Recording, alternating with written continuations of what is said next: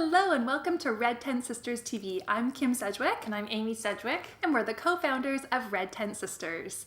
Today we're answering an Ask the Sisters question. Someone wrote in and asked us what cervical mucus looks like. Yes. So this is something that I teach for a living, so I'm happy to share. Obviously, getting really detailed about this so that you can use fertility awareness methods either for contraception or conception requires a little more education than what I can provide in about 3 minutes to 5 minutes. But it's nice to at least get a sense of what to be looking for and what's considered healthy. So fertile cervical mucus should look very similar to the kind of lube that you might buy. So it should be kind of clear, stretchy. It should look kind of like egg white. And that is basically a hydrogel that forms under the influence of estrogen as we approach ovulation, basically. So it supports sperm survival. During other times of your cycle, you might see other types of mucus.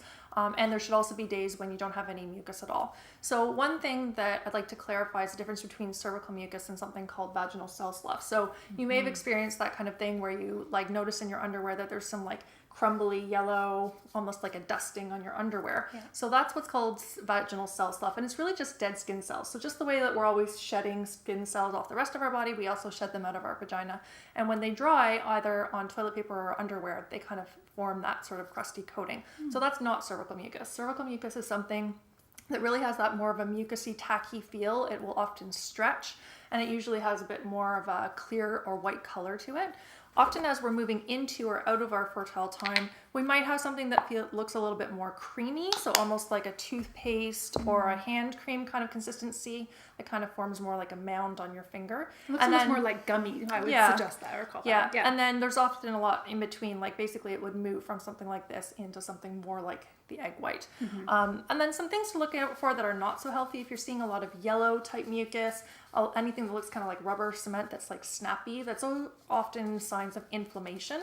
And so that's again why I really encourage people to chart their menstrual cycle, because you want to make sure that you're getting the right kinds of mucus at the right times of your cycle. And if you're not, it can be indicative of kind of a low grade issue with some kind of inflammation or an allergy.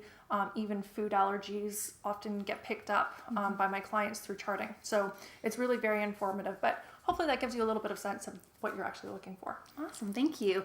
If you've got a question, you can email the sisters at redtentsisters.com. You can also find us on social media. We're at Red Tent Sisters on Facebook, Twitter, and Instagram. Thanks for joining us. Bye. Bye.